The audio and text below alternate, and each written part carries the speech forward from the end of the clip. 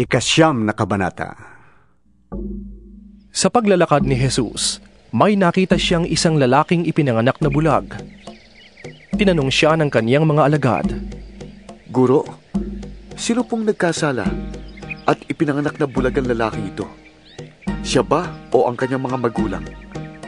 Sumagot si Jesus, Ipinanganak siyang bulag hindi dahil sa nagkasala siya o ang kanyang mga magulang, kundi upang sa pamamagitan niya ay mahayag ang kapangyarihan ng Diyos. Kailangan gawin natin ang mga ipinagagawa ng nagsugo sa akin habang araw pa. Malapit na ang gabi at wala nang makakagawa pagsabit niyon. Habang ako'y nasa sanlibutan, ako ang ilaw ng sanlibutan. Pagkasabi nito, dumura si Jesus sa lupa at gumawa ng putik. Pagkatapos, ipinahid niya ito sa mata ng bulag. Sinabi sa kanya ni Jesus, Pumunta ka sa deposito ng tubig sa Siloe at maghilamos ka roon. Ang kahulugan ng salitang Siloe ay sinugo. Ganoon nga ang ginawa ng bulag at nang magbalik siya ay nakakakita na.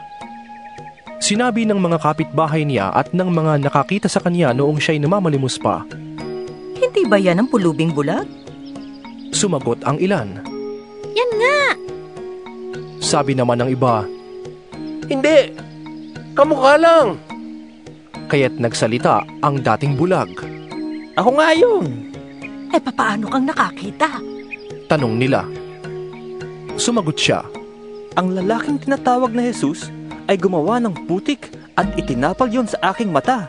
Pagkatapos, sinabi niya sa akin, Pumunta ka sa Siloe at maghilamos.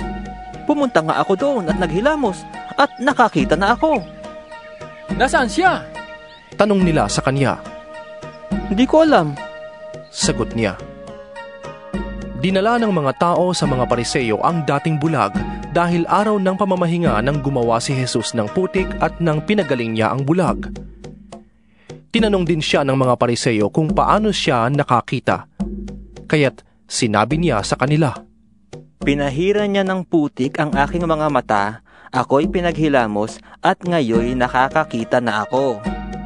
Ang sabi ng ilang Pariseo, Hindi maaaring mula sa Diyos ang taong yon, sapagkat hindi niya ipinapangilin ang araw ng pamamahinga. Ngunit sinabi naman ng iba, Paanong makakagawa ng ganitong mga himala ang isang makasalanan? at hindi sila magkaisa ng palagay. Kaya't tinanong nila uli ang dating bulag. At ikaw, ano naman ang masasabi mo tungkol sa kanya? Yamang pinagaling niya ang iyong mga mata. Isa siyang propeta. Sagot niya. Ayaw maniwala ng mga Hudyo na siya'y talagang dating bulag, kaya't ipinatawag nila ang kaniyang mga magulang. Anak nga ba niyo ito? Talaga bang siya'y pinanganak na bulag? Bakit nakakakita na siya ngayon? Tanong nila. Sumagot ang kaniyang mga magulang. Anak nga namin siya at siya'y pinanganak ngang bulag. Ngunit hindi po namin alam kung bakit nakakakita na siya ngayon o kung sino ang nagpagaling sa kanya. Siya na po ang tanungin ninyo. May sapat na kulang na siya at makapagsasalita para sa kanyang sarili. Ganoon ang sabi ng kaniyang mga magulang dahil sa takot nila sa mga Hudyo. Alam nilang pinagkaisahan ng mga Hudyo na itiwalag sa sinagoga ang sinumang magpahayag na si Jesus ang Mesyas. Ito ang dahilan kung bakit sinabi ng kaniyang mga magulang, Siya'y nasa tamang gulang na. Siyang tanungin ninyo.